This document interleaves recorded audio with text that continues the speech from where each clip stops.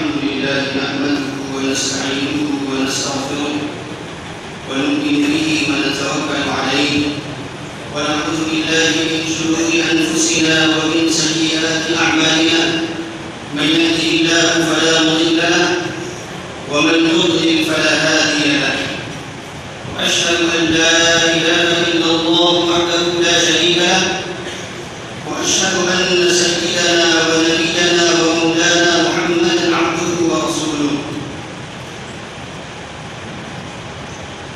أما بعد فباب قوله تعالى أعوذ بالله من الشيطان الرجيم وظللنا عليكم الغمام وأنزلنا عليكم المن والسلوى كلوا من طيبات ما رزقناكم وما ظلمونا ولكن كانوا أنفسهم يظلمون صدق الله العظيم.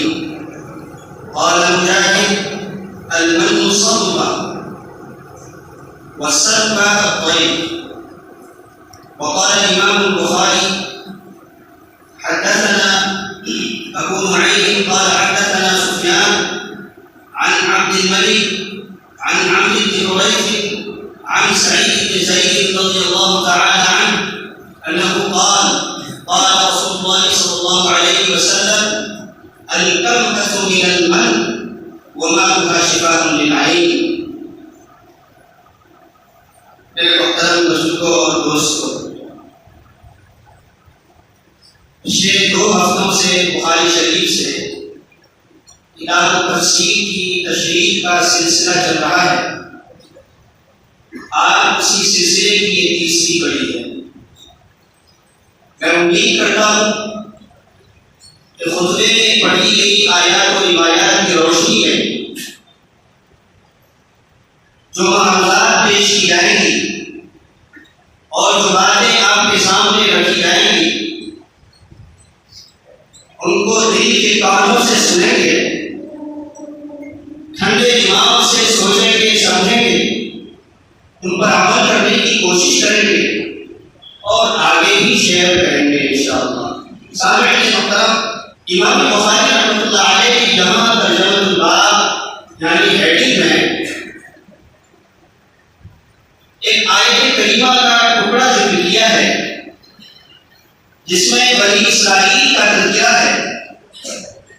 پھر اس کے ذیل میں ایک حدیث پاک کو ذکر کیا ہے جس میں نبی کریم صلی اللہ علیہ وسلم نے ایک فائدے کی چیز بتائی ہے. سب سے پہلے میں آیت کریمہ کی روشنی میں آپ حضرات کے سامنے بنی اسرائیل اور بنو سلوہ کی شکل میں ان پر ہونے والے انعامات کی تشریح رکھوں گا. پھر اس کے بعد حدیث پاک کے اندر جو فائدے کی چیز بتائی گئی ہے اس کی بھی وضاحت کی جائے گی انشاءاللہ. میرے محترم بزرگوں اور دوستوں، اللہ تعالیٰ نے اس آیت کریمہ میں بنی اسرائیل کا تذکرہ فرمایا ہے. بنی اسرائیل ایک قوم ہے. بنی اسرائیل کا مطلب ہے اسرائیل کی اولاد. اسرائیل حضرت ابراہیم علیہ السلام کے پوتے حضرت یعقوب علیہ السلام کا لقب ہے. حضرت یعقوب علیہ السلام کے 12 بیٹے تھے جن سے مجموعی طور پر 12 قبیلے وجود میں آئے اور یہ سب کے سب بنی اسرائیل کہلاتے تھے. بنی اسرائیل کی ہدایت کے لیے بہت سے انبیاء کرام تشریف لائے ہیں جن میں حضرت موسیٰ علیہ السلام بھی ہیں جن کا کچھ تذکرہ آج ہونے والا ہے. اللہ تعالیٰ نے بنی اسرائیل کو مختلف اوقات میں بے شمار نعمتیں اور برکتیں عطا فرمائی، لیکن افسوس کے ساتھ کہنا پڑتا ہے کہ انہوں نے ان نعمتوں کی ناقدری کی، انہوں نے ان نعمتوں کی ناشکری کی، اللہ کے حکم کی خلاف ورزی کی، اللہ کے حکم کی نافرمانی کی، جس کے نتیجے میں انہیں اللہ کی ناراضگی کا سامنا کرنا پڑا. جس کا مختصر سا واقعہ یوں ہے کہ بنی اسرائیل کا اصلی وطن ملک شام تھا. حضرت یوسف علیہ السلام کے زمانے میں مصر آ گئے تھے اور یہی بس گئے تھے، یہی رہنے لگے تھے. ادھر ملک شام پر قوم عمالقہ کا تسلط اور قبضہ ہو گیا تھا. لیکن جب حضرت موسیٰ علیہ السلام بنی اسرائیل کو مصر سے لے کر نکلے اور دریا پار کر گئے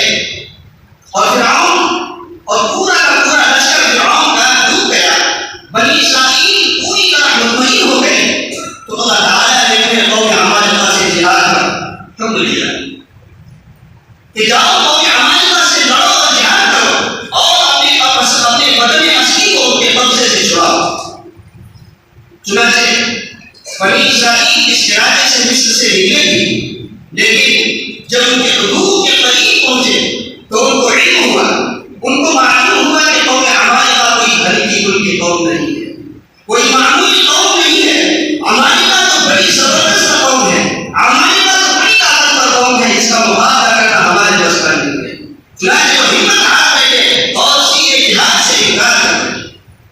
اللہ تعالیٰ نے اسے اس انکار کی مادہ کی، اللہ تعالیٰ نے اسے اس انکار کی وجہ سے یہ سزا دی کہ ایک میدان میں وہ گھومتے رہے، پھرتے رہے، حیران و پریشان ہوتے رہے اور پہنچنا بھی نصیب نہیں ہوا۔ میدان یہ کوئی بہت بڑا رقبہ نہیں تھا، بلکہ ملک شام اور ملک مصر کے درمیان تقریباً 10 میل کا رقبہ۔ روایت ہے کہ یہ لوگ دن بھر سفر کرتے اور رات کو کسی منزل پر قیام کرتے، پھر صبح کو دیکھتے کہ جہاں سے چلے تھے وہی کے وہی ہے، پھر صبح کو سفر جاری رکھتے اور دن بھر چلتے، پھر رات میں کسی جگہ پر قیام کرتے رہتے، پھر صبح کو دیکھتے کہ وہی ہے جہاں سے چلے تھے۔ اس طرح تقریباً 40 سال تک وہ یوں ہی حیران ہو کر پریشان رہے، گھومتے پھرتے رہے اسی میدان کے اندر۔ اسی لیے اس میدان کو وادی تین کہا جاتا ہے، میدان تین کہا جاتا ہے۔ تین کے معنی حیران پریشان ہے۔ یہ میدان تین، یہ وادی تین ایک کھلا ہوا میدان تھا، یہاں نہ کوئی عمارت تھی اور نہ کوئی سایہدار بڑا درخت تھا جس کے نیچے دھوپ اور اس کی تمامت سے بچا جا سکے، اور نہ یہاں کوئی پہننے کا کپڑا تھا، نہ کھانے پینے کا کوئی سامان تھا، نہ پہننے کا کوئی لباس تھا۔ لیکن اللہ تعالیٰ نے ان کے لیے معجزے کے طور پر تمام ضروریات کا انتظام فرما دیا حضرت موسیٰ علیہ السلام کی دعا کی برکت سے۔ چنانچہ انہوں نے دھوپ کی شکایت کی تو اللہ تعالیٰ نے بادل کو بھیج دیا جو دن بھر ان پر سایہ پکڑ رہتا، جہاں بھی دھوپ لگتی تو بادل کو سایہ کرتا۔ کپڑے کی ضرورت پڑی تو اللہ تعالیٰ نے معجزے کے طور پر یہ صورت پیدا کر دی کہ ان کے کپڑے نمیلے ہوتے تھے، ان کے کپڑے لپٹتے تھے، اور ان کے بچوں کے بدن پر جو کپڑے تھے ان کے جسم کے ساتھ ساتھ کپڑے نہیں پڑتے تھے۔ اللہ تعالیٰ نے ان کے پینے کا انتظام یہ فرمایا کہ حضرت موسیٰ علیہ السلام کی لاٹھی اور عصائے مبارکہ کی برکت سے ایک پتھر کے 12 چشمے نمودار ہوئے جس سے ان کے پانی کا انتظام ہو گیا۔ اللہ تعالیٰ نے ان کے کھانے کا انتظام یہ فرمایا کہ من و سلوہ کو ان پر نازل فرمایا جس سے ان کی تمام ضروریات کا انتظام ہو گیا۔ اسی من و سلوہ کا ذکر اس قرآن کریم کی اس آیت میں۔ من و سلوہ کیا چیز ہے؟ تو سب سے پہلے سمجھیے کہ من اور سلوہ دو چیزیں ہیں۔ من کسے کہتے ہیں، سلوہ کسے کہتے ہیں؟ امام بخاری رحمۃ اللہ علیہ اس کے مطلب کو بیان کرنے کے لیے حضرت مجاہد رحمۃ اللہ علیہ کا قول نقل کیا ہے۔ حضرت مجاہد رحمۃ اللہ علیہ جلیل القدر تابعی ہے۔ حضرت عمر فاروق رضی اللہ تعالیٰ عنہ کی دور خلافت میں ان کی پیدائش ہوئی تھی، اور حضرت صحابہ رضی اللہ تعالیٰ عنہ اجمعین مفسر قرآن، ترجمان قرآن حضرت عبداللہ امام شافعی رحمۃ اللہ علیہ، امام بخاری رحمۃ اللہ علیہ، یہ سارے حضرات ان کی تفصیل اخبار پر بہت اعتماد کرتے ہیں۔ یہی وجہ ہے کہ امام بخاری رحمۃ اللہ علیہ اپنی کتاب صحیح البخاری میں کتاب التفسیر کے اندر ان کی تفصیل اخبار کو بکثرت ذکر کرتے ہیں۔ چنانچہ یہاں بھی امام بخاری رحمۃ اللہ علیہ من اور سلوہ کے معنی کو بیان کرنے کے لیے امام مفسر قرآن حضرت مجاہد رحمۃ اللہ علیہ کے قول کو بیان کیا ہے۔ وہ فرماتے ہیں من کے معنی صبر تھا، جیسے درخت پر نسا جیسا کوئی چیز ہوتی ہے اور اس پر چھوٹے چھوٹے پرندے آ کر کے بیٹھ جاتے ہیں، چپک جاتے ہیں، اسی طرح کی چیز جس کو گوند کہتے ہیں۔ تو گوند یہاں ہمارا نہیں ہے، اس لیے کہ وہ نازل ہوتا تھا آسمان سے، اور یہ جو گوند ہوتا ہے یہ درخت کے اندر سے کچھ نکلتا ہے، پیدا ہوتا ہے۔ تو گوند اس کے معنی بیان کا مطلب یہ ہے کہ گوند جیسی میٹھی چیز ملا کرتی ہے۔ حضرت شیخ الہند رحمۃ اللہ علیہ فرماتے ہیں اس کا من کا معنی ہے دھنیے کے دانے کی طرح، وقت اوس کی طرح، شبنم کی طرح رات میں حضرت موسیٰ علیہ السلام سے شکایت کرنے لگے گی کہ موسیٰ ہم ایک قسم کے کھانے پر کب تک اتفاق کرتے رہیں گے؟ ہم یہ منو سلوہ کھاتے کھاتے پریشان ہو گئے ہیں، منو سلوہ کھاتے کھاتے ہم تھک گئے ہیں، اللہ سے دعا کر دیجیے کہ ہمارے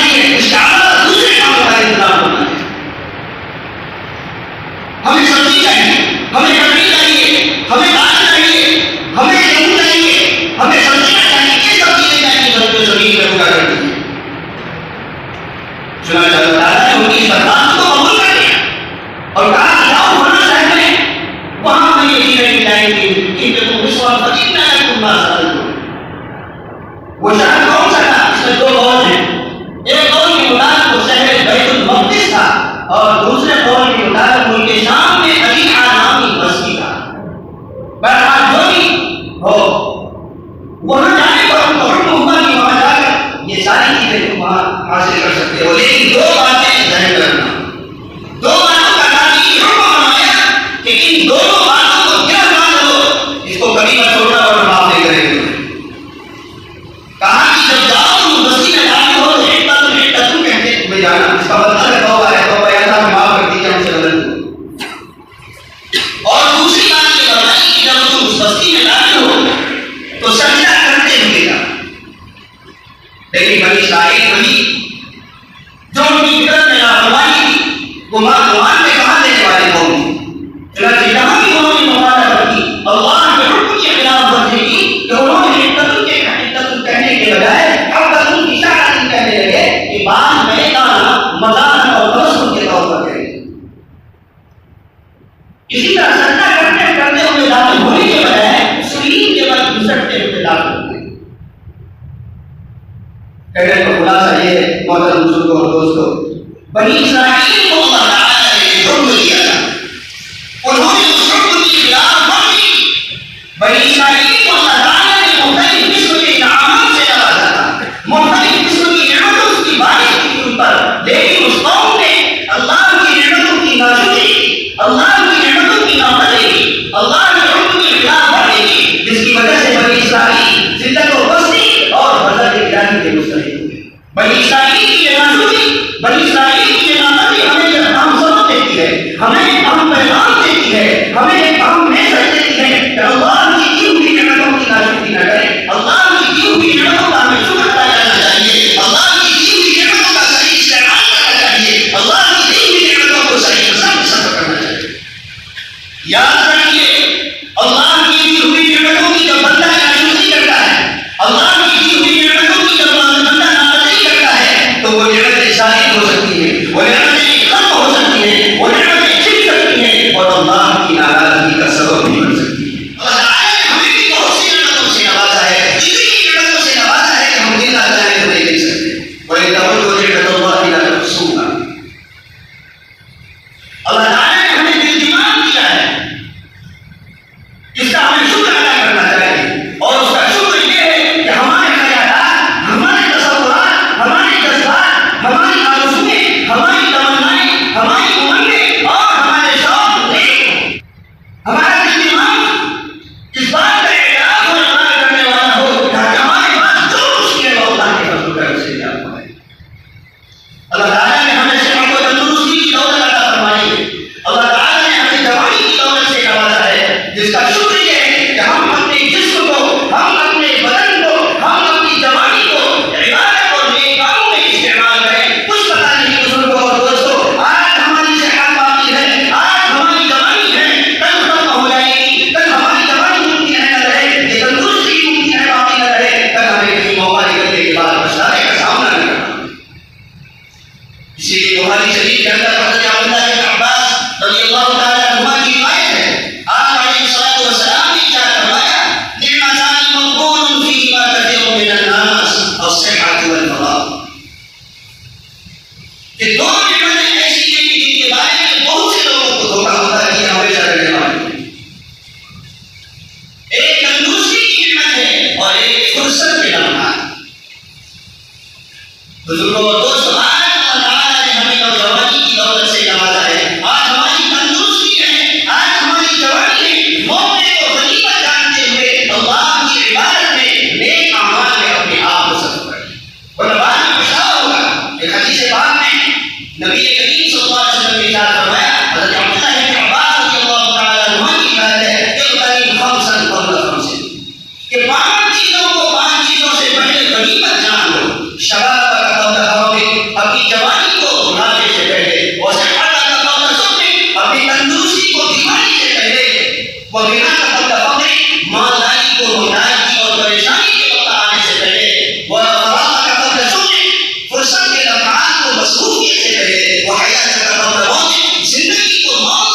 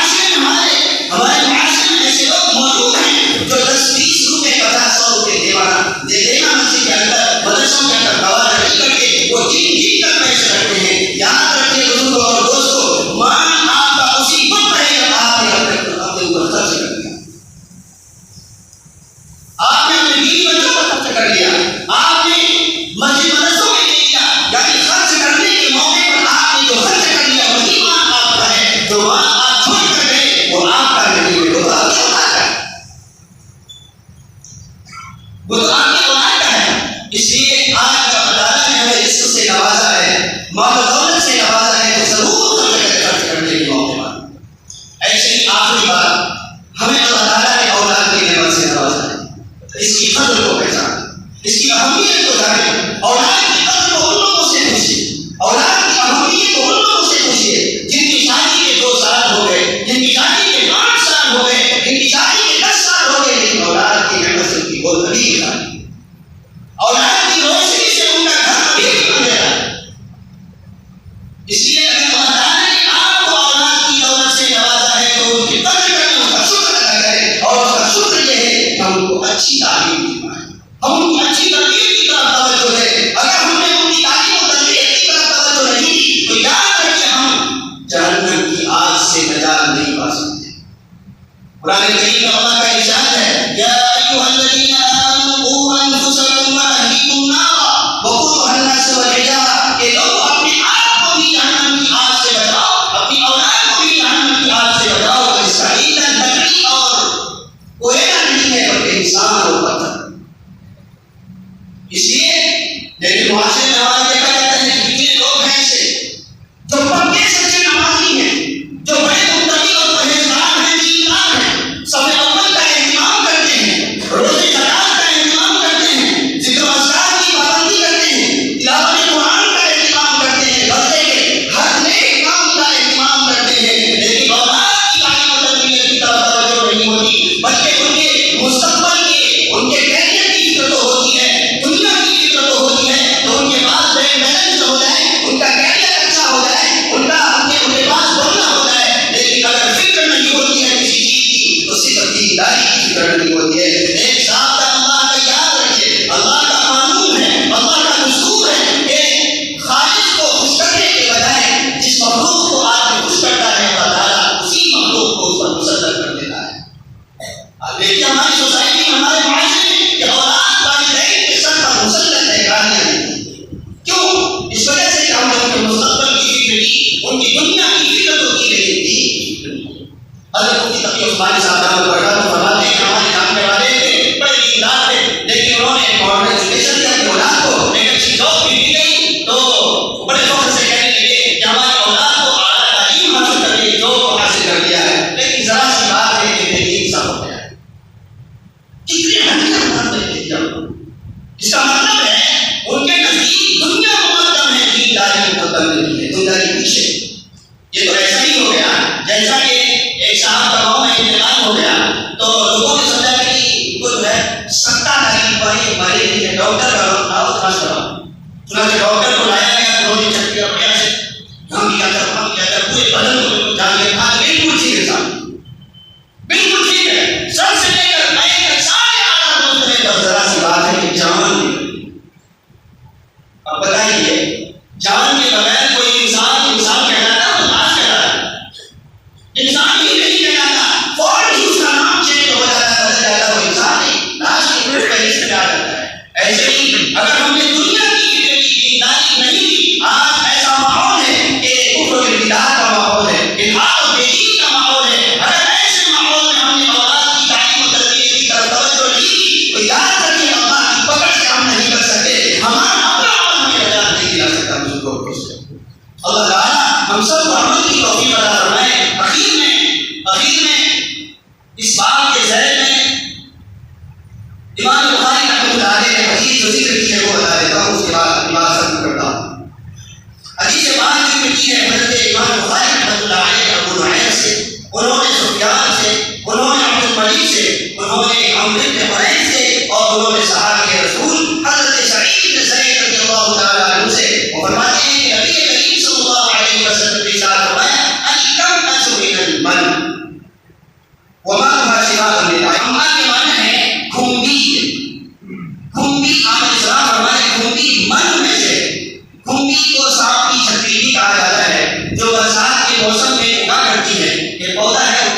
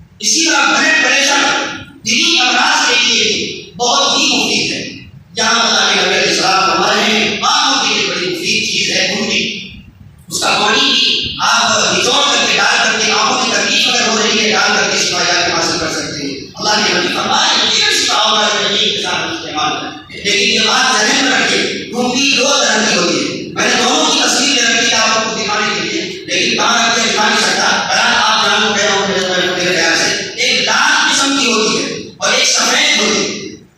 لال والی کو ہاتھ کبھی مت چھوئیے گا کیونکہ اس کے اندر زہریلے جراثیم ہوتے ہیں. آسام میں ایک جگہ ایسا ہوا ہے, ڈاکٹروں نے رپورٹ پیش کی ہے کہ وہاں زہریلے جراثیم والی کھنڈی لوگوں نے استعمال کر لیا تو بہت سو کی موت ہوئی.